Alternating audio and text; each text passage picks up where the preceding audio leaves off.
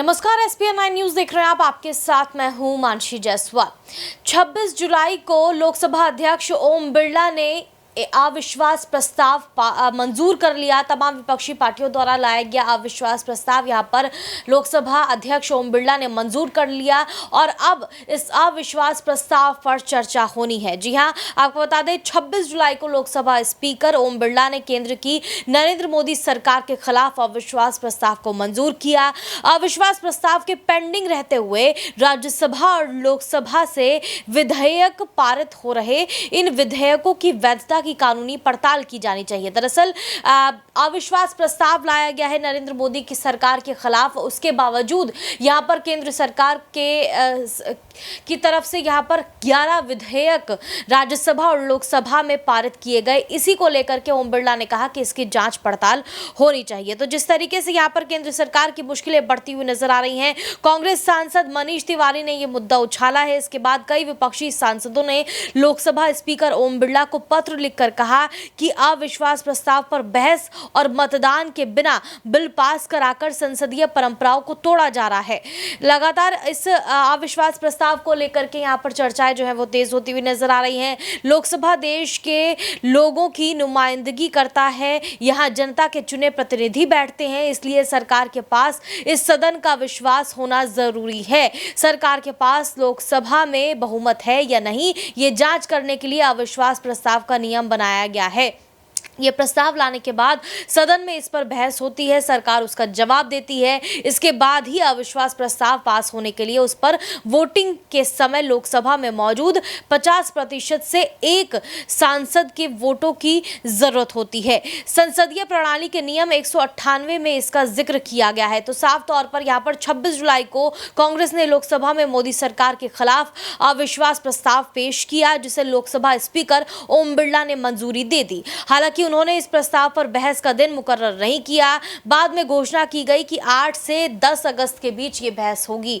लेकिन अब जिस तरीके से 11 विधेयक अविश्वास प्रस्ताव के रहते हुए केंद्र सरकार ने पास करवाए हैं और यहाँ पर जिस तरीके से कानून बनते हुए वो उन विधेयकों की यहाँ पर बात की जा रही है, तो साफ तौर पर कहा जा रहा है कि नियम तोड़े गए हैं। और क्या ये नियम तोड़ने पर अब प्रधानमंत्री नरेंद्र मोदी को अपना इस्तीफा सौंप देना चाहिए, क्योंकि नरेंद्र मोदी और केंद्र सरकार को इसकी कोई भी जो है भनक नहीं है कि जिस तरीके से मणिपुर का मुद्दा गरमाता हुआ नजर आ रहा है, अविश्वास प्रस्ताव लेकर के आ रही है, लेकिन पूरी तरीके से कॉन्फिडेंस के साथ यहाँ पर जो है वो खेल रचा जा रहा है। बहरहाल तमाम विपक्षी पार्टियां इस मुद्दे पर क्या कुछ कह रही हैं, सुनिए।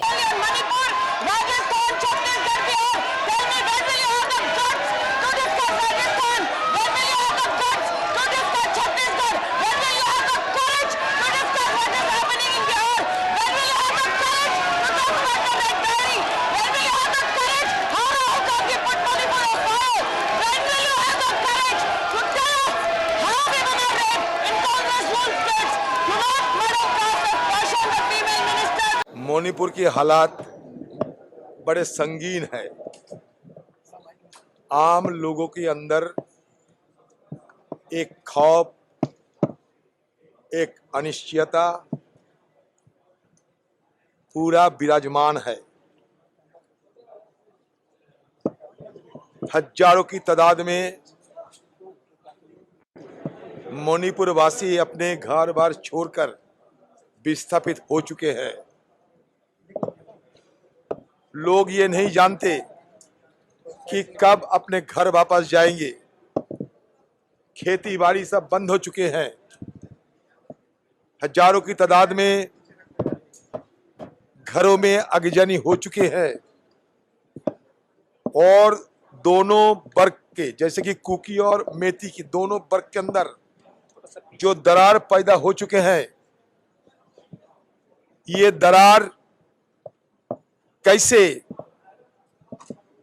फिर जोड़ेंगे मुझे पता नहीं, क्योंकि सरकार की तरफ से कोई ठोस कदम नहीं उठाए जा रहे हैं, चाहे वो राज्य की सरकार हो चाहे केंद्र की सरकार हो। बड़े ताजुब की बात है, बड़े बड़े बात तो दिल्ली में कहे जाते हैं, देश की बाहर भी बड़े बड़े बात कहे जाते हैं। हम लोग क्या करें, लगता तो है जब सारे मणिपुर जल रहे हैं, तो हमारे देश की प्रधानमंत्री बंसुरी बजा रहे हैं।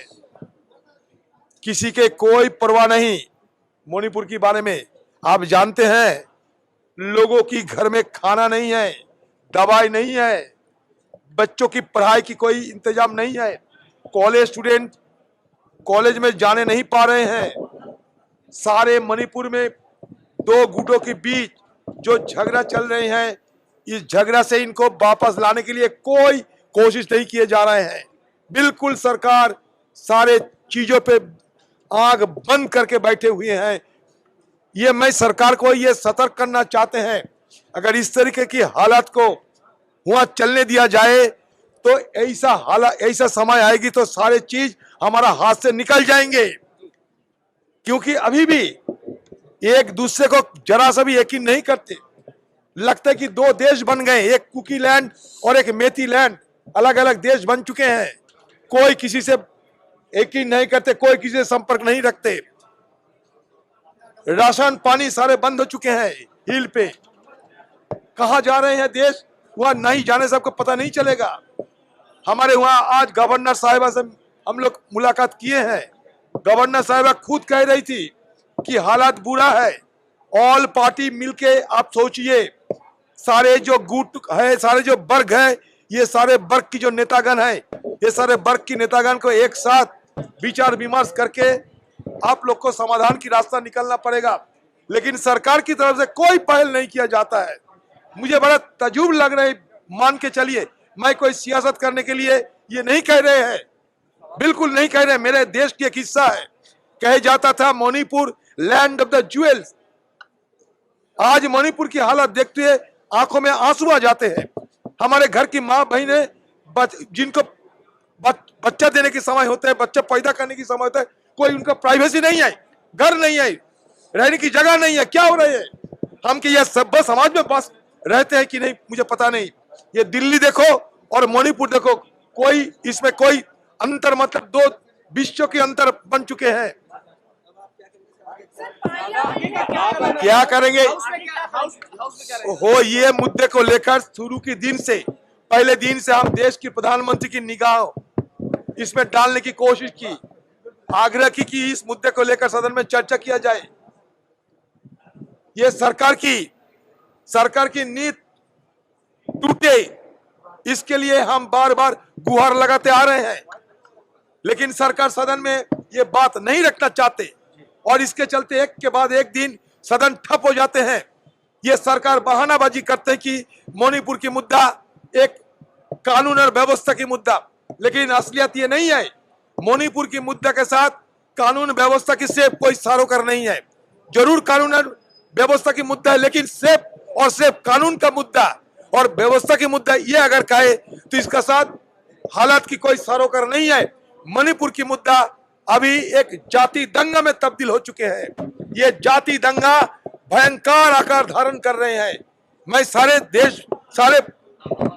हमारे देश की प्रधानमंत्री की और सारे सरकार को मैं ये सचेत करना चाहते हैं कि मणिपुर की हालात हाथ से बाहर ना निकल दे तो देश के लिए बेहतर होगी। क्योंकि बॉर्डर म्यांमार कुछ नहीं है, वहां 12.5 किलोमीटर के ऊपर हमारे बॉर्डर है, सिर्फ 7 किलोमीटर उसमें फेंसिंग है, बाकी सब खुले पड़े हुए हैं। बगल में म्यांमार के पीछे से चीन मदद करता है। अब कहां जाओगे? कोई परवाह नहीं करते क्या हो रहा है, नहीं रहे, किसी की कोई परवाह नहीं।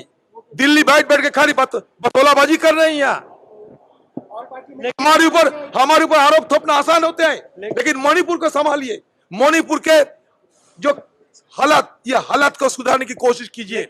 मणिपुर में शांति बहाल करने के लिए हर संभव प्रयास करना चाहिए। वहां के हमारे मणिपुर के जितने जातियां हैं, शादियां पुरानी रिश्ता था और दुश्मनी में तब्दील हो गए हैं। शादियां पुरानी रिश्ता दुश्मनी में तब्दील हो गए हैं। सारे लोग वहां के चीफ मिनिस्टर के खिलाफ शिकायत दर्ज करते रहते हैं हमारे सामने, लेकिन ये सरकार चीफ मिनिस्टर का वहां वहीं उनको चेयर में बैठे हुए देख रहे हैं हम लोग। अभी तक ये चीफ मिनिस्टर को बर्खास्त नहीं किया गया। क्यों? सारे मणिपुर की, चाहे कुकी हो चाहे मेथी हो, हर संप्रदाय के लोग ये चीफ मिनिस्टर ऑफ मणिपुर के खिलाफ शिकायत दर्ज करते थे हमें, लेकिन उनके खिलाफ कोई कार्रवाई नहीं हुआ है। लोगों के अंदर सरकार पे जरा सा भी विश्वास नहीं है, जरा सा भी भरोसा नहीं है। सरकार जब भरोसा टूट चुके हैं सरकार के हम लोगों की निगाहों में, तो सरकार कैसे चलेगा? लेकिन दादा आप सदन में चाहते हैं कि मणिपुर पे सबसे पहले चर्चा हो, लेकिन वो दिल्ली ऑर्डिनेंस लेकर आ रहे हैं, क्या कहेंगे आप? ये तो निगाह भटकाने के लिए कर रहे हैं। समस्या तो सबसे बड़ी आज देश की समस्या है, हमारे पार्टी की समस्या नहीं, ये कांग्रेस पार्टी की समस्या नहीं, बल्कि देश की समस्याएं हैं। मणिपुर हमारे देश के लिए खतरा पैदा होते जा रहे हैं। मणिपुर, मैं ये कोई शिकायत करने के लिए नहीं, मैं जो आंखों देखा हाल बता रहा हूं आप लोगों को। बहुत गंभीर स्थिति पैदा हो चुके हैं। ये स्थिति को अगर ना निपटाने का कोशिश करे, वहां अगर सौहार्द बनाने की कोई प्रयास ना हो, तो पता नहीं अगले दिन हम किस राह पे गुजरने के लिए खड़ा बैठे रहते हैं। यहाँ आप दिल्ली ऑर्डिनेंस का विरोध करेंगे? दादा, आप दिल्ली ऑर्डिनेंस से आपकी मुलाकात हुई, उपराज्यपाल महोदय ने आपको क्या आश्वासन दिया? राष्ट्रपति से मिलेंगे आप लोग? मैंने कह दिया कि राज्यपाल खुद इस विषय पे चिंतित है। उन्होंने सलाह दिए हैं कि ऑल पार्टी सबको यहाँ एक गुट, मैंने कह दिया वहाँ के लोकल लीडरों के साथ, हर गुट के लीडरों के साथ बैठे और एक अमन और चैन की मतलब माहौल बनाए। कह दिया मैंने, बार बार एक बात नहीं कर सकते।